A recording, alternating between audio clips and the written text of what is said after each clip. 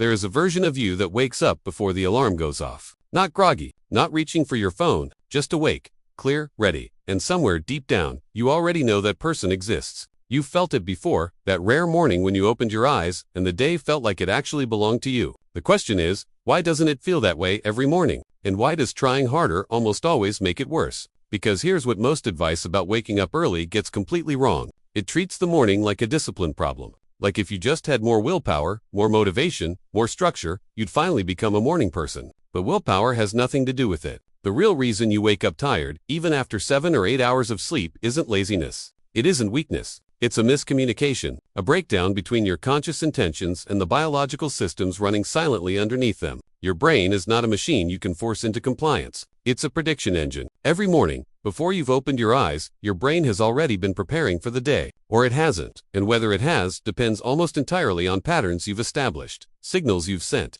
and environments you've built, most of which you probably never think about. Think about the last time you woke up feeling genuinely rested. What was different about that morning? Maybe you'd gone to bed consistently for a few nights. Maybe the room was dark and quiet. You probably didn't notice any of those things in the moment, but your brain noticed all of them, and it rewarded you. That experience wasn't luck, it was alignment. And alignment is something you can deliberately build. Your body runs on what scientists call a circadian rhythm, a roughly 24-hour internal clock that regulates hormones, body temperature, and neurological processes that either prime you for wakefulness or keep you anchored in sleep. This clock is sensitive to two things above everything else: light and timing. One of the most important chemicals in your morning is cortisol, and before that word triggers thoughts of stress, understand that cortisol, in its natural daily rhythm, is actually your brain's activation signal. Every morning, your body is designed to produce what researchers call the cortisol awakening response, a sharp hormonal rise in the first 30 to 45 minutes after waking. It's your biology flipping on the lights. Focus sharpens, energy rises. Your mind organizes itself for the day. But that response doesn't happen automatically, no matter what you do. It's scheduled, calibrated by your internal clock based on patterns you've built over time. When those patterns are inconsistent, waking at 6 a.m. one day and 9 a.m. the next,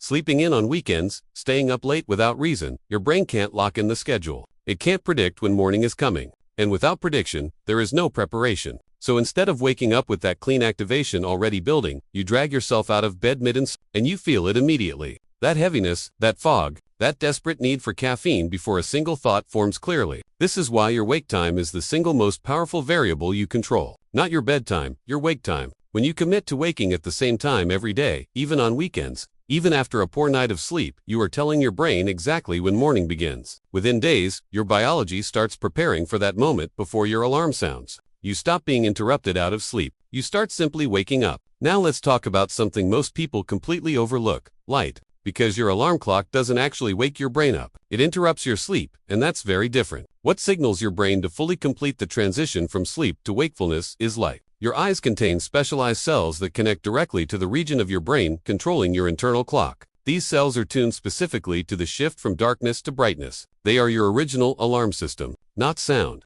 not intention, light. So when you wake up and stay in a dim room, or pull the covers over your head, or scroll your phone in that soft warm glow, you are sending your brain one clear message.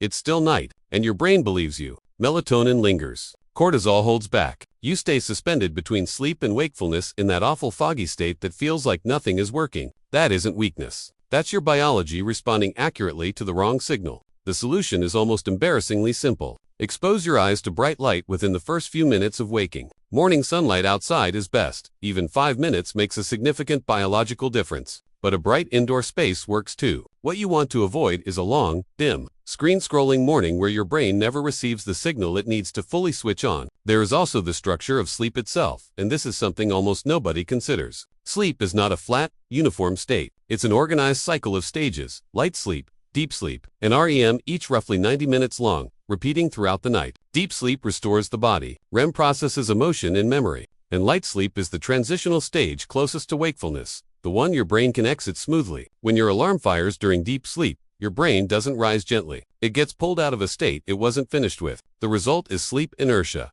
that disorienting, heavy, slow-motion feeling that can last anywhere from 15 minutes to well over an hour. You know exactly what this is. It's sitting on the edge of the bed feeling like the day is already happening to you before you're equipped to meet it. But if you align your total sleep with a natural cycle endpoint, roughly 6 hours, 7.5 hours, or 9 hours, you give yourself a significantly higher chance of waking during lighter sleep. When your brain is already near the surface, same amount of rest. Completely different experience on the other side. Your morning also starts the night before, not because of how much you sleep, but because of the mental state you carry into sleep. Think about the nights before your worst mornings. What was cycling through your mind? Unfinished tasks, unmade decisions, unresolved thoughts. Psychologists call these open loops incomplete mental tasks that your nervous system keeps quietly running even as you try to rest.